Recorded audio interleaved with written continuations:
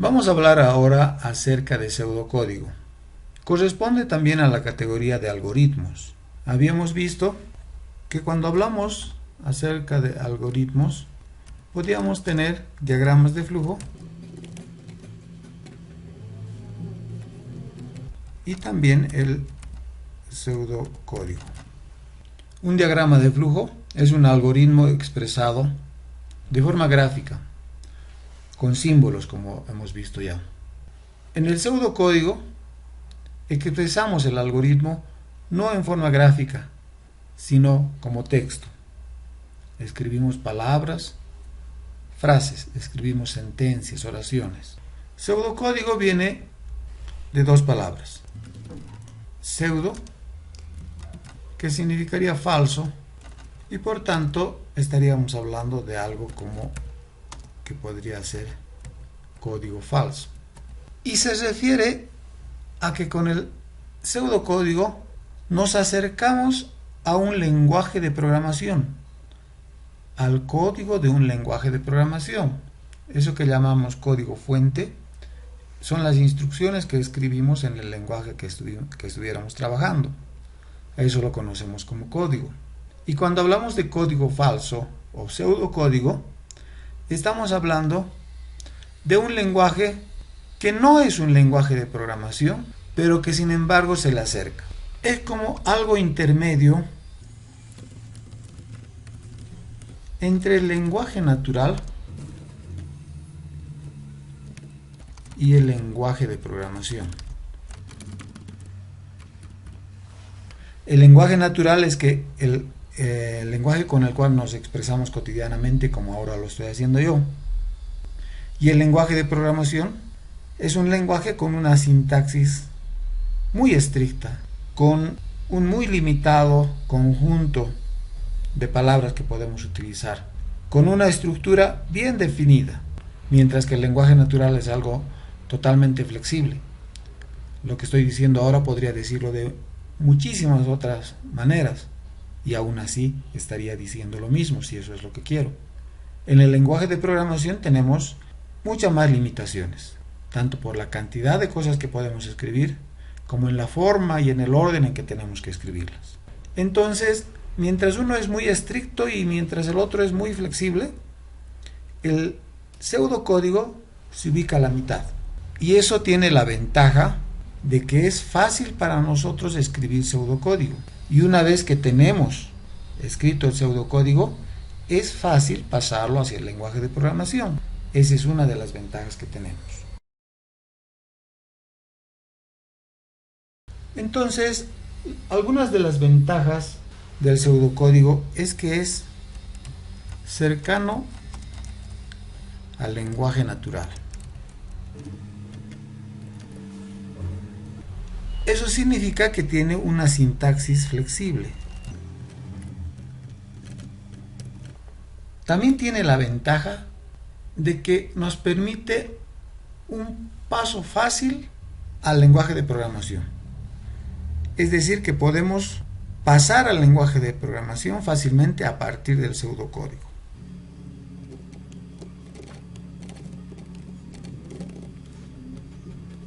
Otra de las ventajas del pseudocódigo es que es independiente del lenguaje de programación. Esas son las ventajas del pseudocódigo. Algunas de estas ventajas son las mismas ventajas que tenemos cuando utilizamos los diagramas de flujo. Porque, por ejemplo, un diagrama de flujo es también independiente del lenguaje de programación. Cuando dibujamos, construimos un diagrama de flujo, no estamos pensando en ningún lenguaje de programación específico. Por eso es que decimos es independiente del lenguaje de programación. También el diagrama de flujo tiene esta característica de que es una forma de pasar fácilmente al lenguaje de programación. Si hemos construido nuestro diagrama de flujo, luego vamos convirtiendo cada uno de esos símbolos en el lenguaje de programación. Y a veces tenemos que aumentar, quitar, cambiar algunas cosas, pero es mucho más fácil que hacerlo directamente en el lenguaje de programación. Entonces nos deja pasar fácilmente al lenguaje de programación. Pero Entre diagrama de flujo y pseudocódigo, yo considero que la mayor facilidad está en el pseudocódigo para pasar a un lenguaje de programación. Ahora, esto en cambio no. Un diagrama de flujo no es cercano al lenguaje natural. Prácticamente no tiene nada que ver con el lenguaje natural un diagrama de flujo. Son símbolos. Dentro de los símbolos escribimos, pero escribimos cosas como nombres de variables, operaciones, condiciones. Entonces no se parece al lenguaje natural, el diagrama de flujo. Pero el pseudocódigo sí. El diagrama de flujo tampoco tiene la flexibilidad que tiene, o sea, la flexibilidad en cuanto a sintaxis del pseudocódigo. Entonces, como verán, tenemos ventajas en el pseudocódigo. Podríamos decir que tenemos incluso más ventajas que el diagrama de flujo, o tal vez no. En un diagrama de flujo es muy fácil ver el flujo del programa.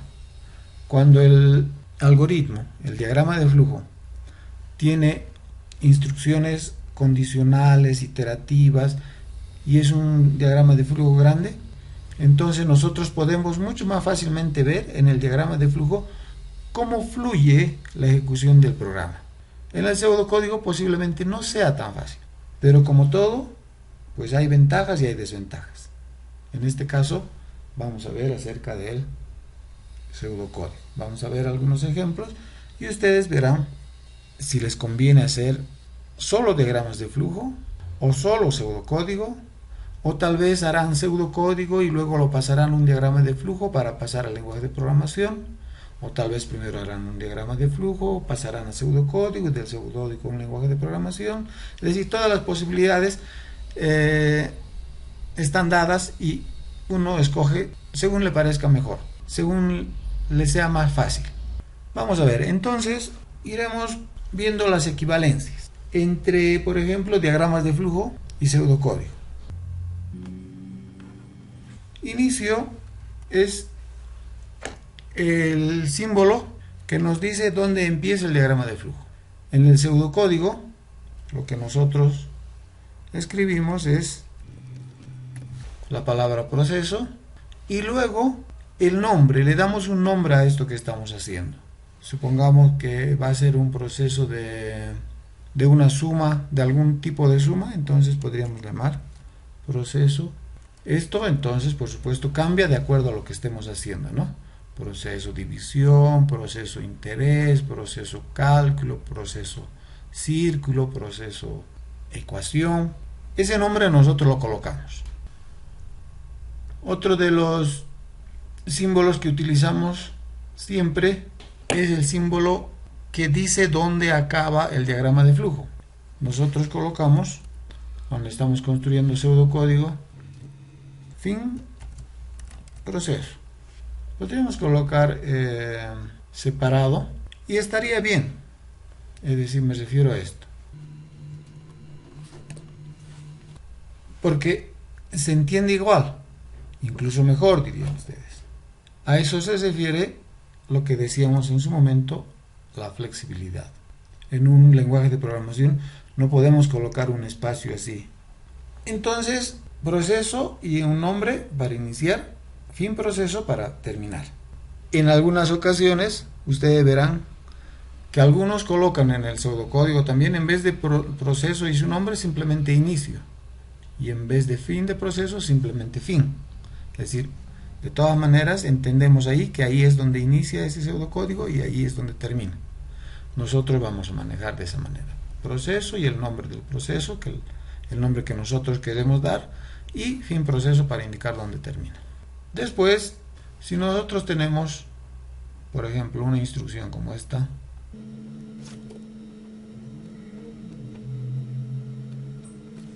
supongamos que estamos pidiendo un dato de entrada para la variable n, entonces en el pseudocódigo nosotros pondríamos leer n.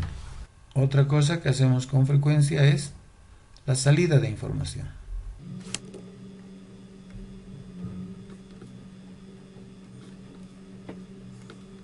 Y supongamos que nuestro símbolo quiere sacar el valor de n. quiere sacar en pantalla, quiere mostrar el valor de n. Entonces nosotros en pseudocódigo colocaríamos escribir n. Después tenemos este otro símbolo que es lo que llamamos la bifurcación condicional.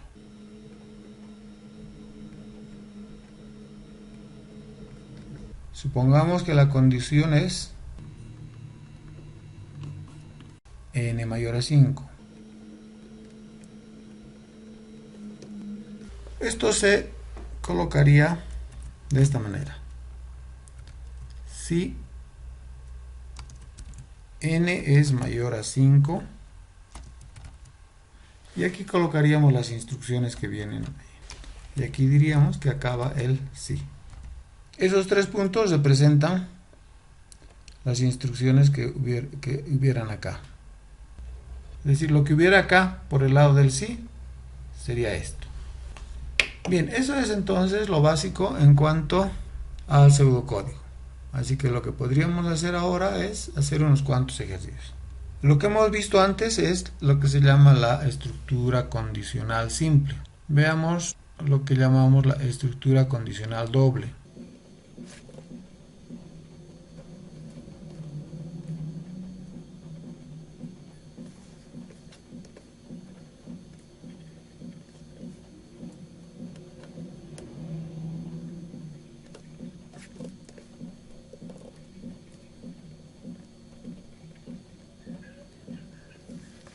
Si tuviéramos esto que se llama estructura condicional doble, entonces tendríamos que escribir de esta manera. Si a es menor o igual a 7, y aquí haríamos lo que viene en esta parte. Voy a colocar con 3 puntos. Y si no, entonces colocaríamos, si no, haríamos esta otra parte, que vamos a llamar xxx. Acá estaría el punto o los 3 puntos, y esto sería lo correspondiente a xxx. Me refiero aquí en este símbolo, de acuerdo a esta condición, si se cumple viene por aquí, y si no se cumple viene por aquí. En el caso del pseudocódigo, si esta condición se cumple, entonces viene por aquí, y si no se cumple viene por acá. Esto es esto, y este camino es esto. Estas instrucciones estarían en esta parte, estas instrucciones estarían en esta parte. Ahora vamos a hacer un ejemplo. Escribir el pseudocódigo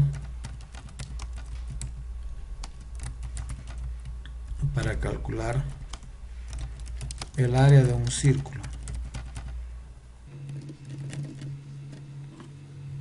Tenemos que hacer esto, escribir el pseudocódigo para calcular el área de un círculo dado el radio. Hagamos primero el diagrama de flujo y luego hagamos el pseudocódigo para observar las similitudes y diferencias. En principio analizamos el problema como estamos acostumbrados a hacer. Analizamos en función de entrada, procesamiento y salida. La entrada para este programa va a ser el radio. El planteamiento nos dice que tenemos que calcular el área de un círculo.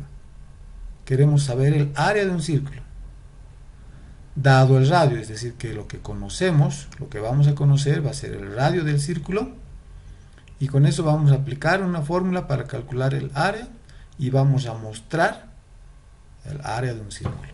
Entonces eso nosotros haríamos así.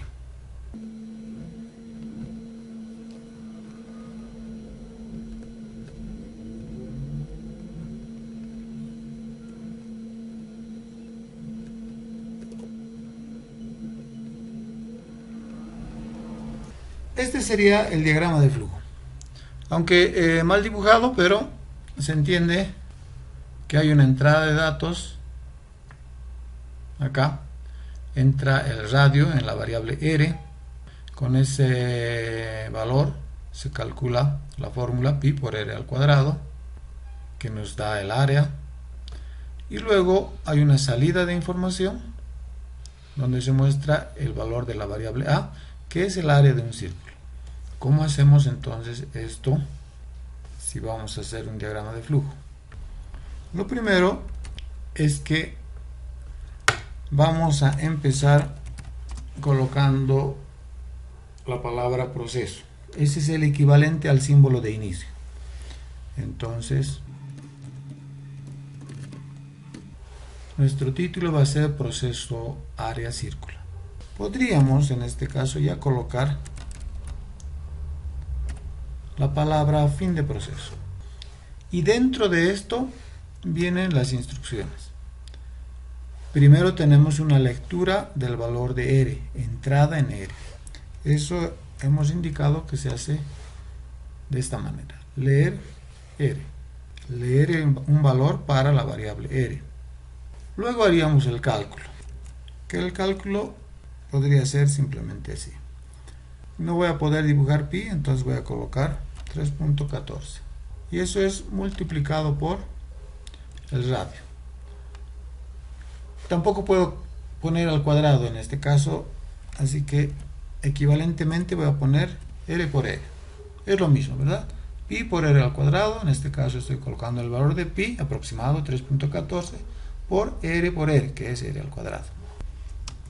Y después tenemos que mostrar el valor de A. Pondríamos entonces escribir A. Y ese es el pseudocódigo correspondiente a ese diagrama de flujo. Cada uno verá entonces si le parece más sencillo hacer el pseudocódigo o el diagrama de flujo. Parecería que la facilidad está por ambos lados, ¿no? Sin embargo, este pseudocódigo no está más cerca del lenguaje de programación. Aquí podríamos hacer algunas mejoras, pero esto lo vamos a dejar y vamos a hacer en otra ventana esto. Cuando estábamos haciendo diagramas de flujo, habíamos indicado que tenemos que hacer programas claros que un usuario pueda entenderlos, pueda ver qué es lo que el programa le pide, qué es lo que el programa devuelve. Entonces, cuando decimos leer R, ni en este código, ni en algún programa que ya ejecute el programa construido a partir de este pseudocódigo, estaría claro qué es R.